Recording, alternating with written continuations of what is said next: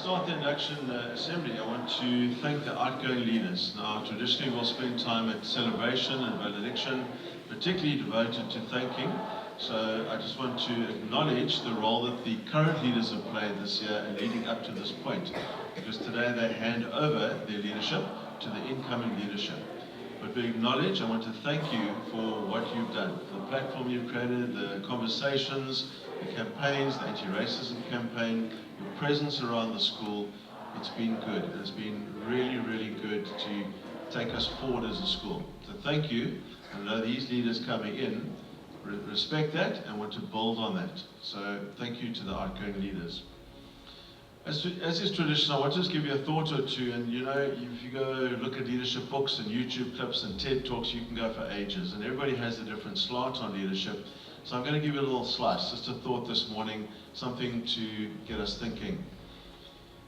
And I want to look at what leadership isn't. And I want to look at the term ill-fated leadership, because so often we always associate leadership as something that always goes well, it always has a shiny outcome, and we laud the leaders who, if you're a leader, somehow it just comes out well. But that's not the case. History is littered with people who have said, I'm leading, and they launch forth into the desert or the mountain or an adventure or a corporate thing, and things just collapse, it crashes.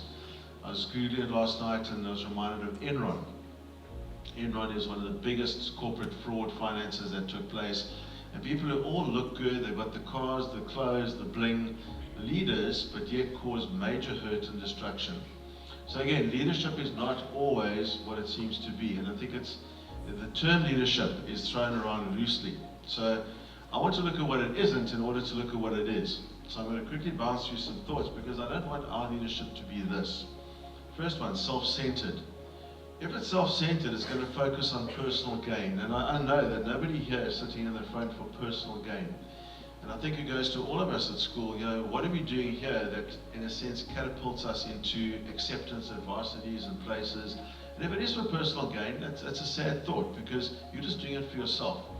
So it shouldn't be for personal gain. That's a negative.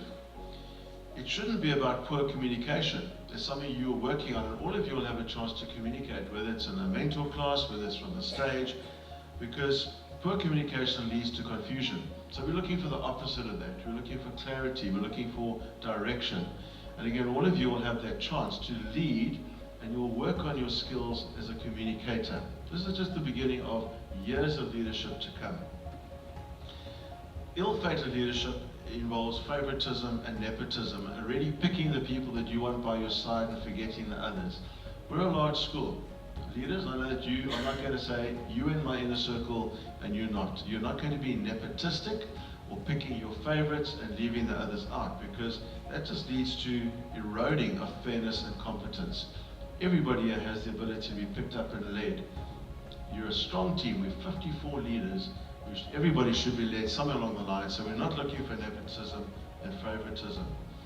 Toxic work environments, I think it goes for everywhere, but if it is, if you create a toxic place where you are lording it over and just sort of, I'm the leader and you must just back off, we're going to create a bullying, intimidating, exploiting, and creating a culture of fear and mistrust.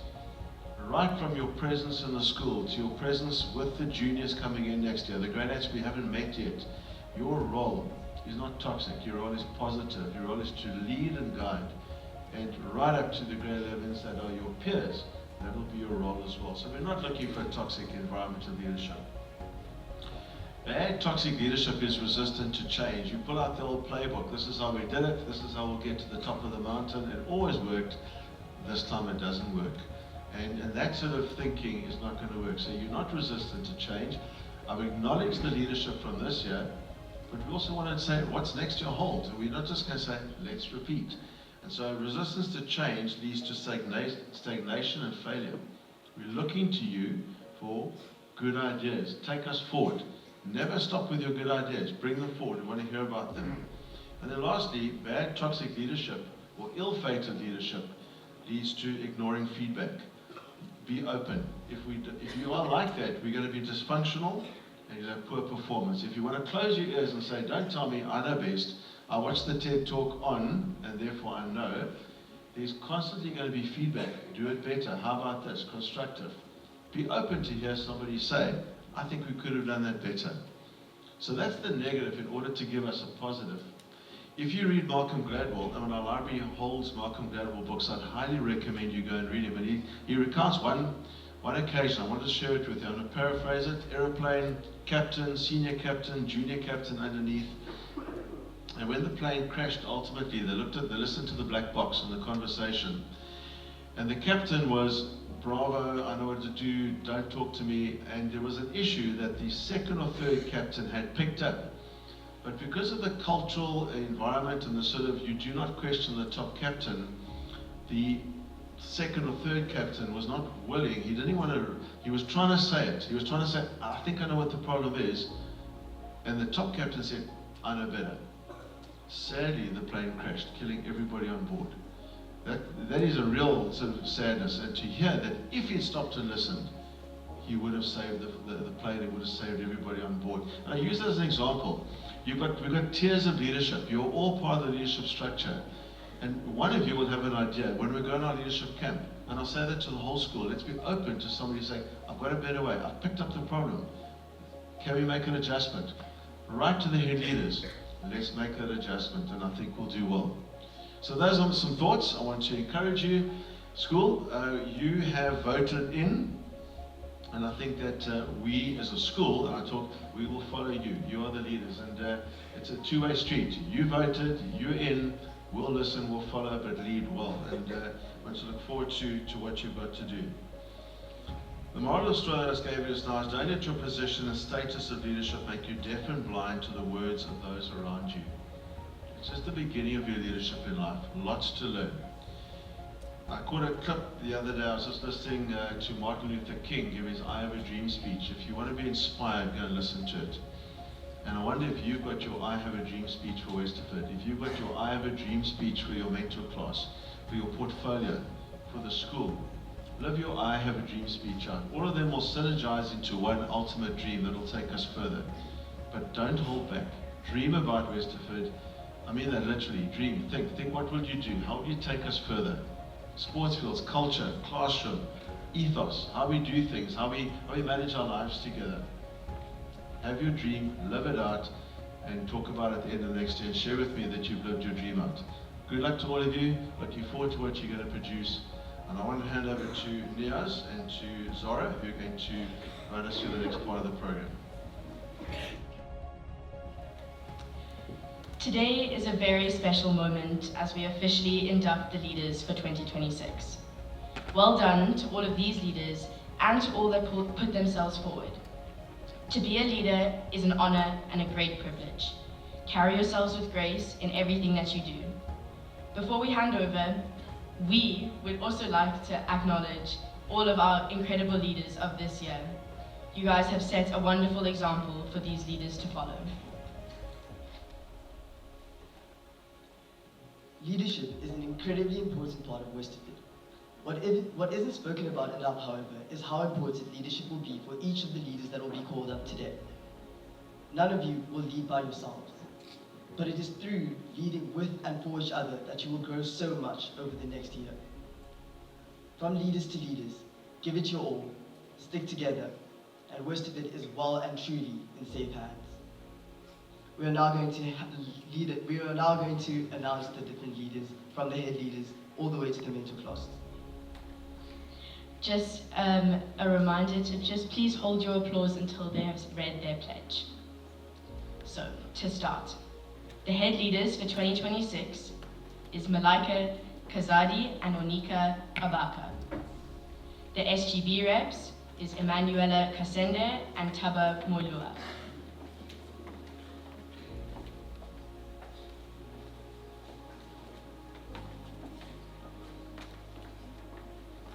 Now on to the portfolio leaders. From academic, Noah Stoloff and Likona Teise.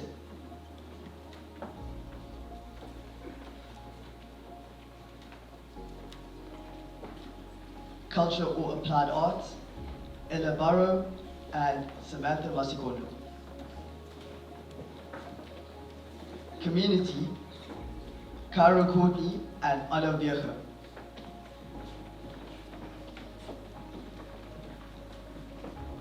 Creative Lab, Ava Anciano and Zara Tempelhoff.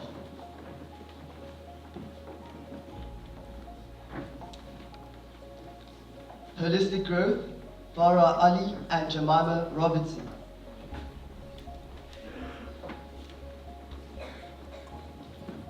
Service, Huda Chothia and Liam Matthews.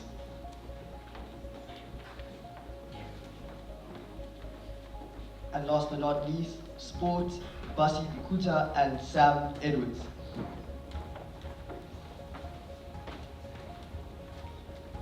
For our house captains for 2026, for Buffalo, it is Tanika Senin. For Ndlovu, Boaz Stoloff. For Leipat, Ben Marie.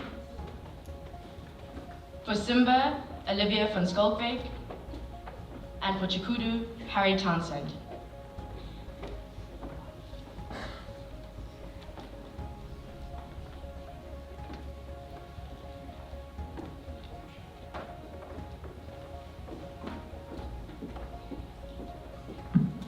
The mentor leaders for 2026 for Buffalo is Olivia Dunbar, Laura Owens, Sean Pickford, Charlie Robertson, Rania Saeed, Kate Sinclair Smith.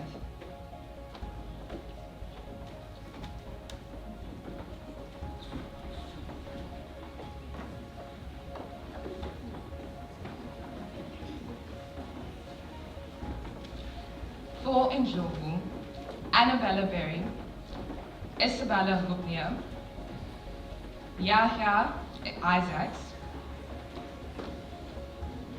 Zoe Jean Jacques, Oren Simpson, Zachary Tate.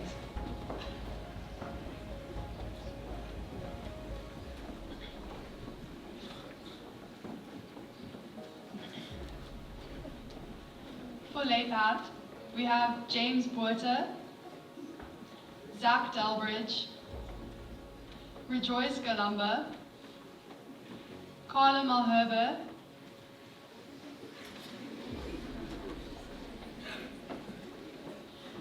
Amy Snelling,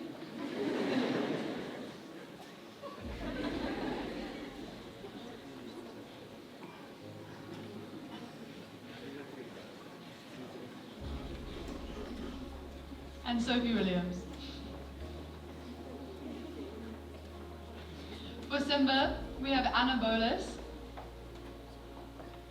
Francis Mitchell, Molly Hitchin,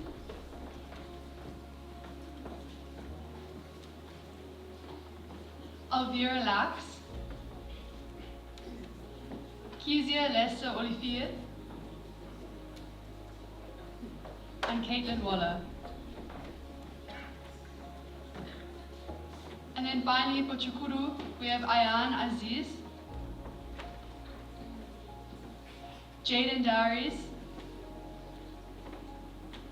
Ryan Dube, Kai Moodley, Jared Pierce, and Susanna Walsh.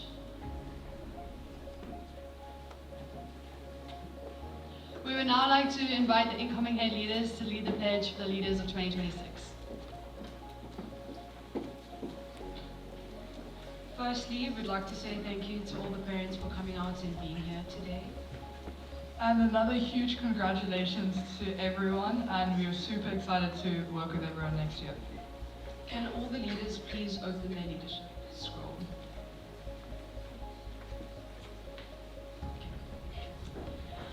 I promise to do my best to live up to the high office of pupil leader, to put service before self, to observe the rules of fair play without bias or favoritism, to be fearless in the face of opposition or unpopularity when I know that my actions are upright and just, and in so doing, to uphold the honor of Westerfield. Thank you.